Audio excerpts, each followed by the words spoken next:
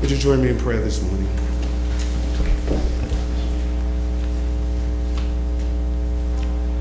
God of new beginnings, from the first breath we take to the last one we release, we are blessed by your always with us presence, and we are inundated with your extravagant gifts. On this homecoming Sunday, give us the gift of understanding as we listen to your word this morning. Amen. I want to share with you a true story of a New York City church that wanted to go out of the business of being a church. You see, when the founders of this church established it at the turn of the 20th century, they put in their bylaws a statement that said, if the church reached a point where it could not sustain itself, pay its bills, call a minister, carry out the church's mission, support the church's programs, and care for the sanctuary appropriately, well, then the assets of the church were to be sold, its debts paid off, and now get this, the remaining assets divided among whomever the 12 trustees are at the time of the sale.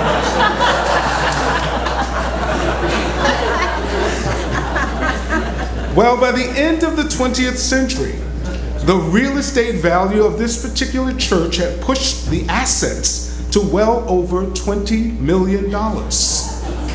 And the trustees realized that if they but let the church die, they could pay off the church's debts and still have millions left over to divide among themselves. So they made the decision to let their church die.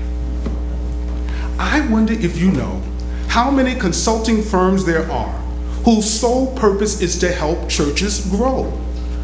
Well, the answer is, as God told Father Abraham, there are more consulting firms to help churches grow than there are stars in the sky.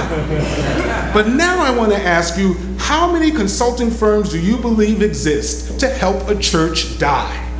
And I actually think you know the answer. It's zero, nada, none, no, not one. So on this homecoming Sunday, I want to name Norfield Congregational Church the DCCF, the Dying Church Consulting Firm. And Norfield, we've been charged with giving guidance to churches so that they will know what they should do to terminate their ministries in their mission. Yes, go the way of the 5-cent cigar and cease to exist. So, come on, what advice would you give to a church to ensure its death? Okay, come on, just shout it out. What are some of the things? Don't attend. Don't attend. Tell them not to come to church. Put the minister in jail. Don't give. Let the church die from a lack of resources. What else? Stop believing. Stop believing. I love that. What else? No music. No music. Or very bad music, right? No good pastor. No good pastor.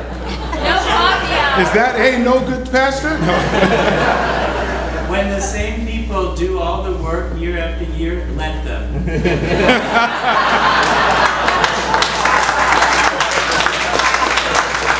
That'll burn them out really quickly. Come on, one more. No coffee hour. No coffee hour. No children's program. I love it. See how easy it is to say it again? Weeds everywhere. Weeds everywhere. Someone said no outreach. Say it again? No community service project. No community service projects. Very, very good. I think you get the idea. How easy it is to help a church die. Now, we don't want to be that kind of a church, do we? No. Ooh, that was a very weak no. We don't want to be that kind of a church, do we? No. You know, we've taken as our theme for this year, the gifts of God. And I think you would agree that the church is a gift of God.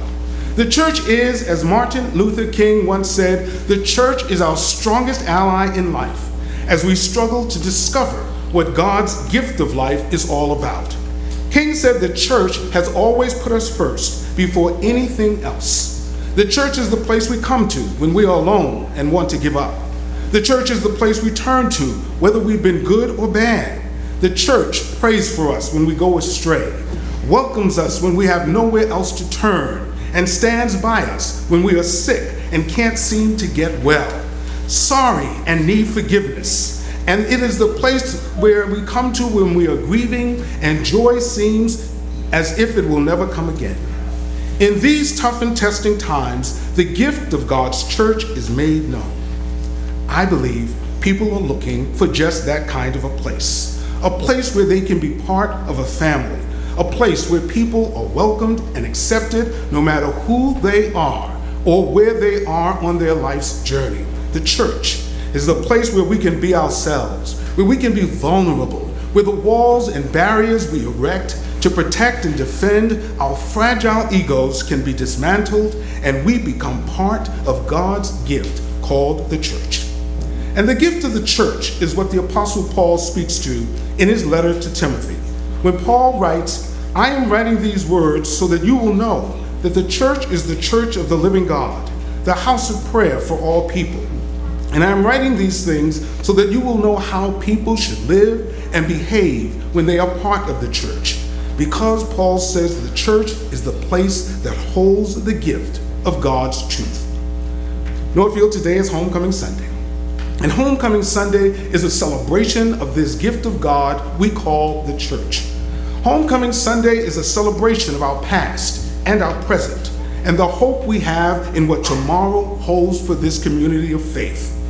And I think we could all agree that the church isn't always the place it ought to be. All too often, the church gets it wrong, like when the church comes down on the side of discrimination and exclusion against those who are different. But sometimes the church gets it right, like when Pope Francis declared this past week that every church in Europe will take in those migrant refugees and welcome them into the family of God. In essence, declaring what is really the American ethos inscribed on our very Statue of Liberty. Give me your tired, your poor, your huddled masses yearning to breathe free, the wretched refuse from your teeming shores. Yes, send these, we say, the homeless, the tempest tossed to me, because we lift a lamp beside our golden doors. Yes, the church should always lift a lamp of hope and a light of welcome to all. No, this gift of God we call the church isn't always the place it ought to be, or that we want it to be. We want the church to be a place where all of the hymns are our favorites. We want the church to be a place where all of the sermons are short, not this morning, and don't make us uncomfortable. We want the church to work and work well, but without us having to pay the cost to make it so. And that just isn't the way the church works. And in our text from Mark's gospel, we get an understanding of this when Jesus tells Peter to get behind him, because Peter believes that following Jesus will bring status and honor. But Jesus says, no, following me leads to a cross. Because Jesus says anyone who wants to be part of the gift of God called the church will find that gift comes with a cost. And let me tell you, that cost makes building a good and healthy and happy church hard. Because we want to say, come to our church, meet nice people. It won't cost you anything. In fact, you don't have to do anything when you become a member of this church. Half the time, you don't even have to show up. But we all know that just isn't true. Jesus tells us that there is a cost to being the church. Jesus says if you want to be part of God's gift called the church, if you want to be a disciple of mine, then you must deny yourself, take up your cross, and follow me.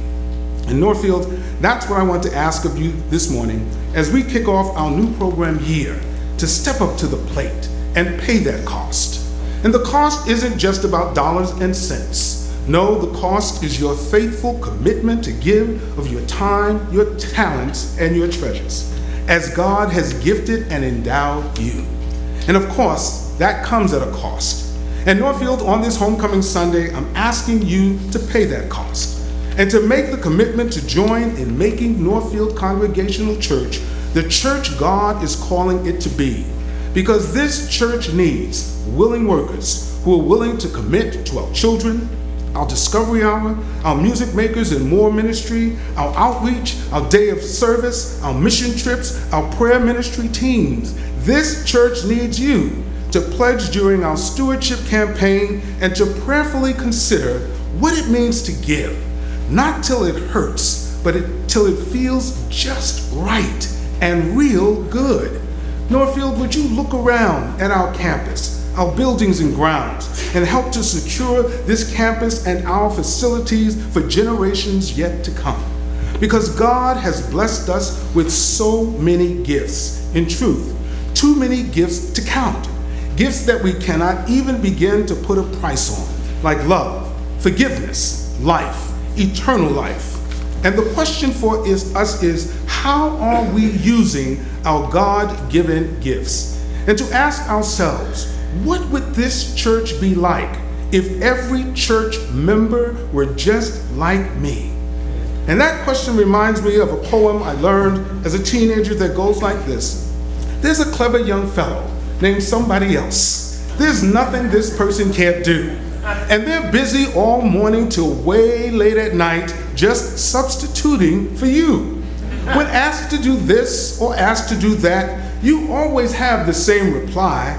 Get somebody else to do that job. They'll do it much better than I.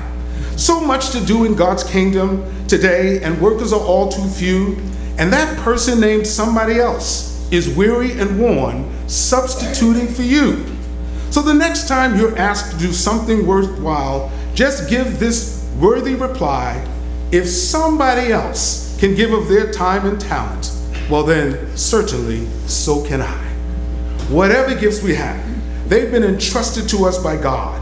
And Norfield, you know in your heart of hearts that if there is anything that can speak to you, anything that can make a difference in life, it won't come in 3 easy steps. It won't be some slogan on a bumper sticker, but it will demand something of you. It will come at a cost. And Jesus showed us that cost. Jesus showed us the price he was willing to pay for us by giving his life on a cross. Surely the price we are asked to pay for following Jesus is a lot less than the price Jesus paid for us. After all, Jesus paid it all. He gave his life. What more could he give? And Norfield, the best gift we can give ourselves as we celebrate Norfield's 258th year is the gift that keeps on giving, ourselves. And if we're willing to give of ourselves in the name of the God who loves us no matter what, let me tell you, God will faithfully honor that gift now and forevermore. And for that, I hope you are and will always be grateful, truly grateful, knowing that you are truly blessed and so duly grateful for God's gift of the church. Let's come home and celebrate.